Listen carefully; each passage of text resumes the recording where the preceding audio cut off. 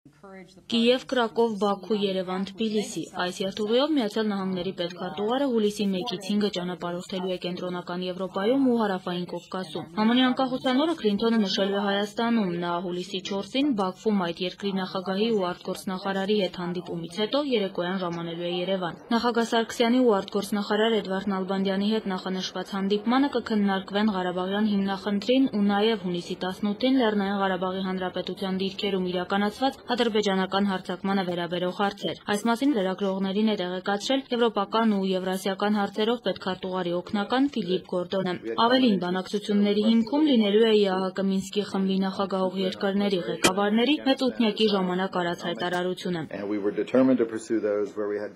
Վերջին բռնությունից հետո տարածաշրջանում կայունության հարցում վստահ լինել չեն կարող թե Հայաստանը եւ թե Ադրբեջանը կշահեն Մինսկի խմբի գործընթացի առաջխաղացումից եւ պետքարտուղարը հնարավորություն կունենա ընդգծելու այն, ինչ ասացին եռանախագահները Տորոնտոյում։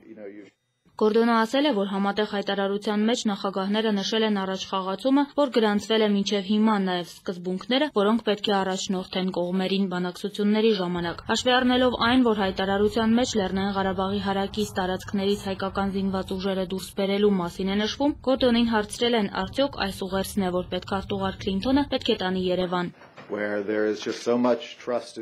Կարծում եմ, բոլոր սկզբունքները, որոնց մասին նախագահները նշել են Տորոնտոյի իրենց հայտարարության մեջ, շատ կարևոր են մեզ համար, եւ մենք կցանկանայինք առաջընթաց ու նվիրվածություն տեսնել բոլոր այդ սկզբունքների հարցում։ Լրագրողներից մեկը հարցրել է, արդյոք իրադրությունը ներկայում վատթարանում է եւ արդյոք կա ստատուս քվոյի փոփոխություն։ Գորդոնը պատասխանել է, որ գործընթացը կանգ է առել ավելի երկար, քան կցանկանային, եւ ամեն անգամ, երբ բռնություն է տեղի ունենում ցանկացած մասշտաբի, դա իրենց մտահոգում է։ Ուժի չկիրառման մասին համաձայնագիր ստորագրելու նախագահ Սարգսյանի առաջարկը քննարկելու հավանականության մասին Գորդոնն ասել է, որ կողմերը հստակ արտահայտել են իրենց հավատարմությունը Հելսինկյան սկզբունքներին, որոնցից մեկը ուժի կիրառումից կամ ուժի կիրառման սպառնալիքից զերծ մնալն է։ Իրենք կզբաղվեն, որպեսզի կողմերը վերահաստատեն հավատարմությունը Հելսինկյան բոլոր սկզբունքներին։ Ֆիլիպ Գորդոնը տեղեկացրել է, որ Միացյալ Նահանգների պետքարտուղարը կքննարկի նաև հայ-թուրքական հարաբերությունների հարցը։ Գայանե Ավետիսյան, Երկիրն այսօր։